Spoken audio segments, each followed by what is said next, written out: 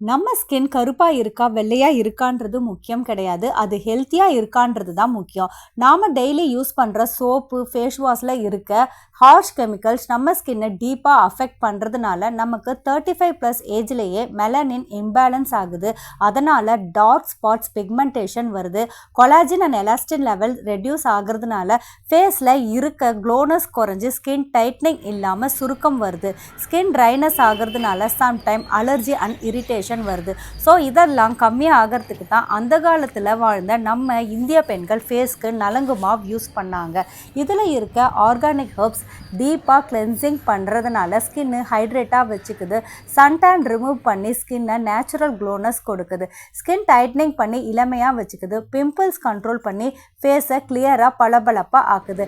நம்ம herbal face பேக்கில் இருக்க 15+ ஹெர்ப்ஸ் ஒன்றுத்துக்கும் ஒவ்வொரு மருத்துவ குணம் இருக்குது. 1% கூட கெமிக்கல் இல்லை.